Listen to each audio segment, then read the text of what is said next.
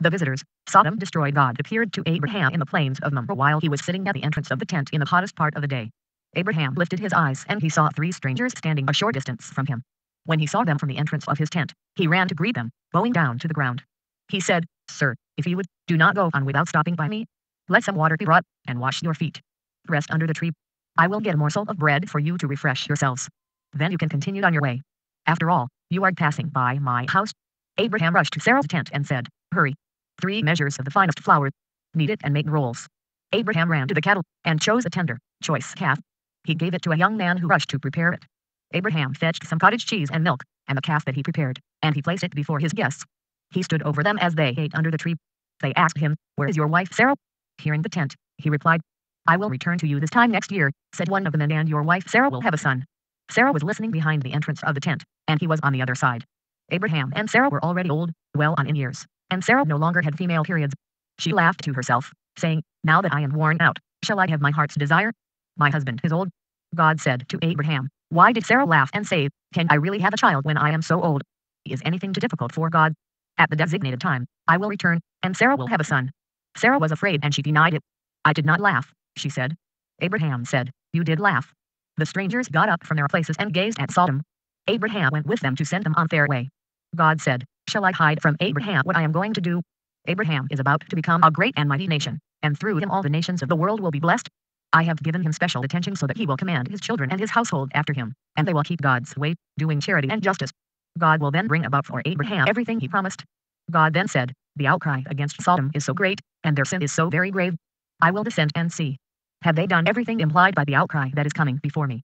If not, I will know." The men turned from where they were, and headed toward Sodom. Abraham was still standing before God. He came forward and said, "Will you actually wipe out the innocent together with the guilty? Suppose there are 50 innocent people in the city. Would you still destroy it, and not spare the place for the sake of the 50 good people inside it? It would be sacrilege even to ascribe such an act to you, to kill the innocent with the guilty, letting the righteous and the wicked fare alike. It would be sacrilege to ascribe this to you. Shall the whole world's judge not act justly?" God said, "If I find 50 innocent people in Sodom, I will spare the entire area for their sake." Abraham spoke up and said, "I have already said too much before my Lord. I am mere dust and ashes. But suppose that there are 5 missing from the 50 innocent. Will you destroy the entire city because of the 5? "I will not destroy it if I find 45 there," replied God. Abraham persisted and said, "Suppose there are 40 there.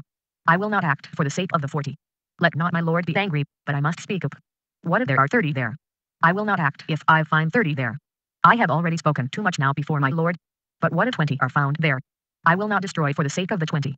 Let my Lord not become angry, but I will speak just once more. Suppose 10 are found there. I will not destroy for the sake of the 10. When he finished speaking with Abraham, God left him. Abraham then returned home. The visitors, Sodom destroyed. The 2 angels came to Sodom in the evening, while Lot was sitting at the city gate. Lot saw them and got up to greet them, bowing with his face to the ground. He said, "Please, my lords, turn aside to my house. Spend the night, bathe your feet, and then continued on your way early in the morning." "No," they replied, "we will spend the night in the square." Lot kept urging them until they finally turned aside to him and came to his house. He made a feast for them and baked matzah, and they ate. They had not yet gone to bed when the townspeople, the men of Sodom, surrounded the house, young and old alike, all the people from every quarter. They called out to Lot and said, "Where are the strangers who came to you tonight? Bring them out to us so that we may know them."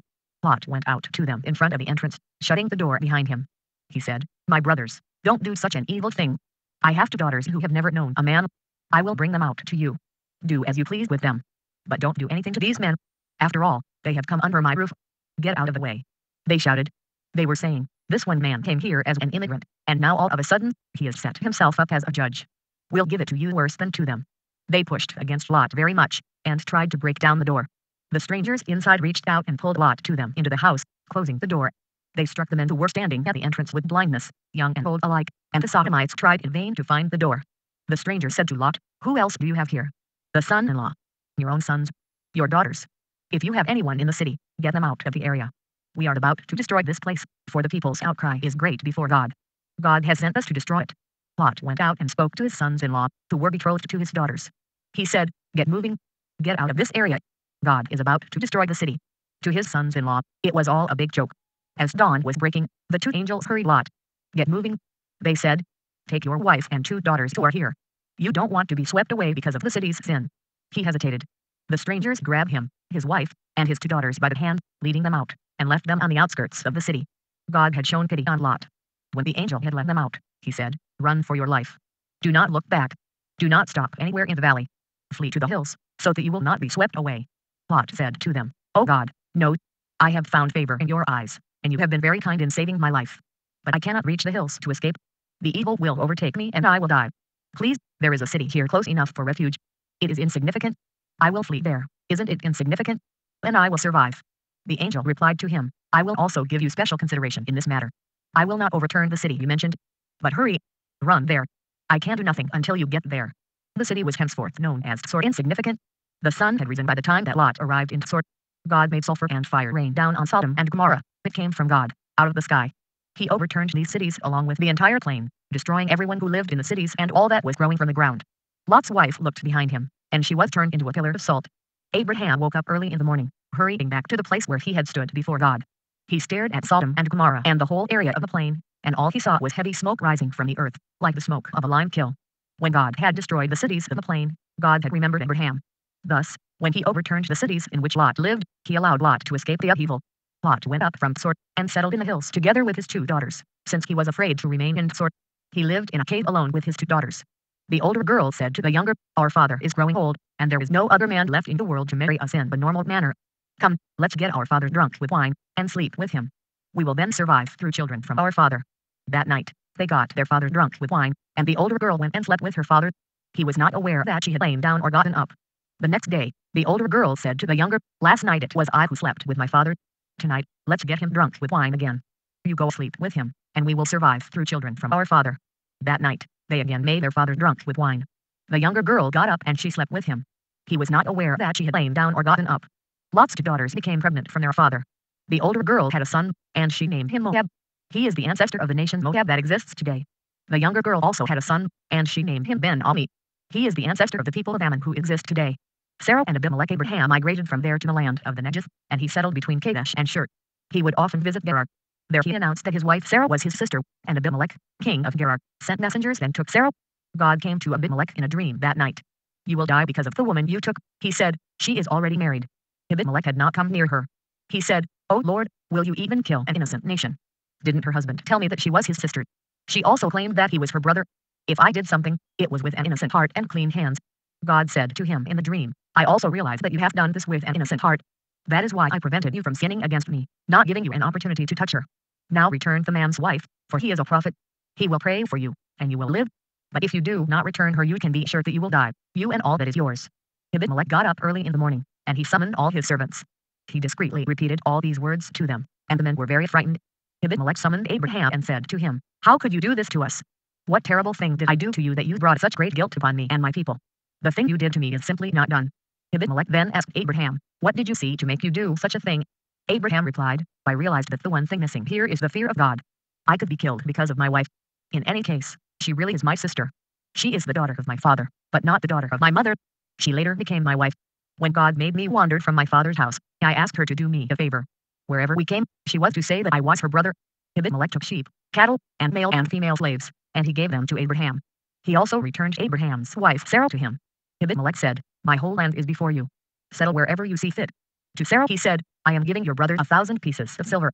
Let it be compensation for you and all who are with you for all that has been done. You can stand up tall." Abraham prayed to God, and God healed Abimelech, as well as his wife and slave girls, so that they were able to have children. God had previously sealed up every womb in Abimelech's house, because of Abraham's wife Sarah. Isaac and Ishmael. God granted special providence to Sarah as he said he would, and God did what he promised for Sarah. Sarah became pregnant, and she gave birth to Abraham's son in his old age. It was at the exact time that God had promised it to him. Abraham gave the name Isaac to the son he had, to whom Sarah had just given birth. When his son Isaac was 8 days old, Abraham circumcised him, as God had commanded. Abraham was 100 years old when his son Isaac was born. Sarah said, "God has given me laughter. All who hear about it will laugh for me." She said, "Who would have even suggested to Abraham that Sarah would be nursing children? But here I have given birth to a son in his old age." The child grew and was weaned. Abraham made a great feast on the day that Isaac was weaned. But Sarah saw the son that Hagar had born to Abraham playing. She said to Abraham, "Drive away this slave together with her son. The son of this slave will not share the inheritance with my son Isaac." This troubled Abraham very much because it involved his son. But God said to Abraham, "Do not be troubled because of the boy and your slave. Do everything that Sarah tells you. It is through Isaac that you will gain posterity. But still, I will also make the slave's son into a nation, for he is your child." Abraham got up early in the morning. He took bread and a skin of water, and gave it to Hagar, placing it on her shoulder. He sent her away with the boy. She left and roamed aimlessly in the Beersheba desert. When the water in the skin was used up, she set the boy under one of the bushes. She walked away, and sat down facing him, about a bowshot away. She said, "Let me not see the boy die." She sat there facing him, and she wept in a loud voice. God heard the boy weeping. God's angel called Hagar from heaven and said to her, "What's the matter, Hagar? Do not be afraid. God has heard the boy's voice near where he is. Go and lift up the boy. Keep your hand strong on him, for I will make of him a great nation." God opened her eyes, and she saw a well of water. She went and filled the skin with water, giving the boy some to drink. God was with the boy. The boy grew up and lived in the desert, where he became an expert archer. He settled in the Paran desert, and his mother got him a wife from Egypt. The treaty at Beersheba around that time, Abimelech and his general Pikeshal made a declaration to Abraham, saying, "God is with you in all that you do. Now swear to me here by God that you will not deal falsely with me, with my children, or with my grandchildren. Show to me and the land where you were an immigrant the same kindness that I have shown to you." "I will swear," replied Abraham. Abraham then complained to Abimelech about the well that Abimelech's servants had taken by force. Abimelech said, "I don't know who could have done such a thing. You never told me. I heard nothing about it until today." Abraham took sheep and cattle and gave them to Abimelech, and the two of them made a treaty. Abraham then put 7 female sheep aside by themselves. Abimelech asked Abraham, "What is the meaning of these 7 ewes that you have set aside?" "Take these 7 ewes from my hand," replied Abraham. "It will be my proof that I dug this well." That area was therefore called Beersheba, since the two had made an oath there. They thus made a treaty in Beersheba. Abimelech and his general Pikeshal then left, and they returned to the land of the Philistines. Abraham planted a tamarisk tree in Beersheba, and there he called in the name of God, Lord of the universe. Abraham lived there in the land of the Philistines for many days. The test after these events, God tested Abraham. "Abraham," he said. "Yes. Take your son, the only one you love, Isaac, and go away to the Moriah area. Bring him as an all-burnt offering on one of the mountains that I will designate to you." Abraham got up early in the morning and saddled his donkey. He took his 2 men with him, along with his son Isaac. He cut wood for the offering, and set out, heading for the place that God had designated. On the 3rd day, Abraham looked up, and saw the place from afar. Abraham said to his young men, "Stay here with the donkey. The boy and I will go to that place. We will worship and then return to you." Abraham took the offering wood and placed it on the shoulders of his son Isaac. He himself took the fire and the slaughter knife, and the two of them went together. Isaac spoke up to Abraham, "Father?" "Yes, my son. Here is the fire and the wood. But where is the lamb for the offering?" "God will see to a lamb for an offering, my son," replied Abraham. The two of them continued together. Then they finally came to the place designated by God. Abraham built the altar there, and arranged the wood. He then bound his son Isaac, and placed him on the altar on top of the wood. Abraham reached out and took the slaughter knife to slit his son's throat. God's angel called to him from heaven and said, "Abraham, Abraham." "Yes." "Do not harm the boy. Do not do anything to him. For now I know that you fear God. You have not withheld your only son from him." Abraham then looked up and saw the ram caught by its horns in a thicket. He went and got the ram, sacrificing it as an all-burnt offering in his son's place. Abraham named the place God will see Adonai. Today, it is therefore said, "On God's mountain, he will be seen." God's angel called to Abraham from heaven a second time, and said, "God declares, I have sworn by my own essence, that because you performed this act, and did not hold back your only son, I will bless you greatly, and increase your offspring like the stars of the sky, and the sand on the seashore. Your offspring shall inherit their enemies' gate. All the nations of the world shall be blessed through your descendants, all because you obeyed my voice." Abraham returned to his young men, and together they set out and went to Beersheba. Abraham remained in Beersheba. Rebekah after this, Abraham received a message, "Milcah has also had children from your brother Enoch, Uz, his firstborn, Buz, his brother, Kemuel father of Adam, Case, Chazal, Pildash, Idlaeth, and Bethuel. Bethuel has had a daughter Rebekah. Milcah bore the above 8 sons to Abraham's brother Enoch. Enoch's concubine was named Rehamah. She also had children, Tebeth, Jeacham, Tashesh, and Maachah.